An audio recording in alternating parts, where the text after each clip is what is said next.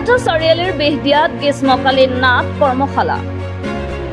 সাংস্কৃতিক পৰিক্ৰমা বিভাগৰ উদ্যোগত আৰু কামৰূপ জিলা প্ৰশাসনৰ সহযোগত 15 দিনীয়াকৈ অনুষ্ঠিত কৰা হয় এই নাট কৰ্মশালাখনি। বেহদিয়া আদৰ্শ হাইস্কুলৰ প্ৰাংগণত সৃষ্টি আৰ্ট থিয়েটাৰে অনুষ্ঠিত কৰা উক্ত গ্ৰীষ্মকালীন নাট কৰ্মশালাখনিত বৃহত্তৰ বাইহাটা চাৰিআলিৰ অঞ্চলটোৰ শতাধিক প্ৰশিক্ষাৰ্থীয়ে অংশগ্ৰহণ কৰে।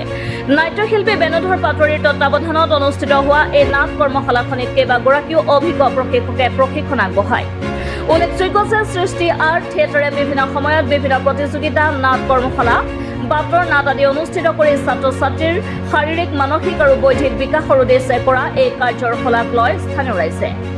আৰ্ট থিয়েটাৰৰ নাট কৰ্মশালা অসম চৰকাৰৰ সাংস্কৃতিক পৰিক্ৰমা বিভাগৰ উদ্যোগত আৰু কামৰূপ জিলা প্ৰশাসনৰ সহযোগত বেহদিয়া আদৰ্শ হাইস্কুলত আমি সৃষ্টি আৰ্ট থিয়েটাৰে 13 তাৰিখৰ পৰা 27 জুলাইলৈ গ্ৰীষ্মকালীন নাট কৰ্মশালাৰ আমি আয়োজন কৰিছোঁ। আমি ধন্যবাদ জনাইছোঁ অসম চৰকাৰক, সাংস্কৃতিক পৰিক্ৰমা বিভাগক, কামৰূপ জিলা প্ৰশাসনক, যে যিটো সময়ত আমাৰ নৱপ্ৰজন্ম ধ্বংসৰ গৰাহত গৈছে, ড্ৰাগছ আসক্তত পৰিছে, মোবাইলত আসক্ত হৈছে নৱপ্ৰজন্ম, তেনেকুৱা এটা সময়ত এই বন্ধকালীন সময়ছোৱাত তেখেতসকলে এটা 15 দিনীয়া যি কৰ্মশালাৰ আয়োজন কৰিছে সমগ্ৰ অসমত। এই কৰ্মশালাটিয়ে আমাৰ নৱপ্ৰজন্মক এটা বৌদ্ধিক মানসিক বিকাশৰ লগতে তেওঁলোক যাতে সাংস্কৃতিক দিশটোত আগুৱাই যাব পাৰে সেই বিষয়টোৰ ওপৰত গুৰুত্ব প্ৰদান কৰা হৈছে, যাতে নৱপ্ৰজন্মই এই বেয়া বেয়া কামৰ পৰা দূৰত থাকি এইকেইদিন তেওঁলোকে আমাৰ লগত ব্যস্ত হৈ থাকি এজন ভাল মানুহ, ভাল মনৰ মানুহ হোৱাৰ যি প্ৰচেষ্টা, সেই প্ৰচেষ্টাত তেওঁলোকে অংশগ্ৰহণ কৰিছে। সেইকাৰণে আমি অসম চৰকাৰক ধন্যবাদ জনাইছোঁ। এই সময় বন্ধ সময়ছোৱাত তেখেতসকলে এই কৰ্মশালাৰ আয়োজন কৰিছে।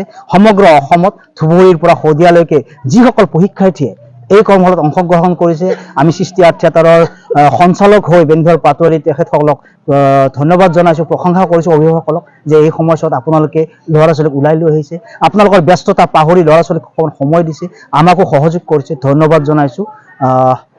27 তাৰিখে আমাৰ অন্তিমটো দিন। এই অন্তিমটো দিনত আমি বিভিন্ন ধৰণৰ সাংস্কৃতিক সমাৰোহৰ আয়োজন কৰিছোঁ। নাটক হ'ব, মুকা অভিনয় হ'ব, গান গাম, কবিতা গাম, সকলোৱে মিলি আমি অকণমান এনজয় কৰিম, ধেমালি কৰিম আৰু নতুন কিবা কিবি শিকিম এইকেইদিনত।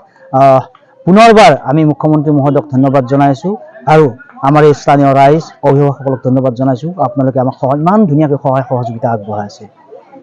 মন্ত্ৰালয়ৰ দ্বাৰা আচলতে গ্ৰীষ্মকালীন যি নাট্য কৰ্মশালাৰ আয়োজন কৰা হৈছে, তো তাৰ কাৰণে আচলতে আমি গোটেইবোৰ আমি সমবেত হৈছোঁ ইয়াত এই বেহদিয়া অঞ্চলত।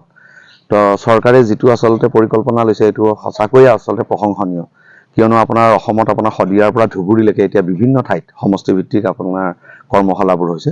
ক'ৰবাত নৃত্যৰ হৈছে, ক'ৰবাত গীতৰ হৈছে, ক'ৰবাত নাটকৰ হৈছে। তো ইয়াতে সৃষ্টি আৰ্ট থিয়েটাৰৰ সহযোগত নাট্য কৰ্মশালাৰ যি আয়োজন, এই আয়োজনত আচলতে অসংখ্য ল'ৰা ছোৱালী ভৰি পৰিছে। ইয়াতে আচলতে সময় বা বয়সৰ কাৰণে আপোনাৰ কিছুমান ল'ৰা ছোৱালী উপস্থিত থাকিব পৰাও নাই, আৰু কিছুমান অহা স্বত্বেও আমি এতিয়া পঠাইও দিব পৰা নাই। যদিও আপোনাৰ ক্লাছ 6ৰ পৰা আচলতে বিচাৰিছিলোঁ, কিন্তু বিভিন্ন বয়সৰ ল'ৰা ছোৱালী ইয়াত সমাবেত হৈছে। আমি ভাবোঁ আচলতে এই নাট্য কৰ্মশালাটোৰ যোগেদি আমি কাকো আমি হিৰো হিৰইন বনোৱাৰ আমাৰ উদ্দেশ্য নহয়। আমি বিচাৰোঁ আচলতে তেওঁলোকে এখন সুস্থ সমাজ পাওক, মানে সঁচা অন্তৰৰ এজন মানুহ হওক, এয়া আচলতে আমি বিচাৰোঁ। আৰু এই কৰ্মশালাটোৰ জৰিয়তে তেওঁলোকক নিয়মানুৱৰ্তিতা, চাফ চিকুণতা আৰু তেওঁলোকে মনোসংযোগ কেনেধৰণে কৰিব লাগে বা আমাৰ চেঞ্জ অফ অৰ্গেনৰ বিষয়ে, এইবোৰ বিষয় আছে, সমস্ত বিষয়বিলাকক ওপৰতে কেন্দ্ৰ কৰি আমাৰ এই আয়োজন।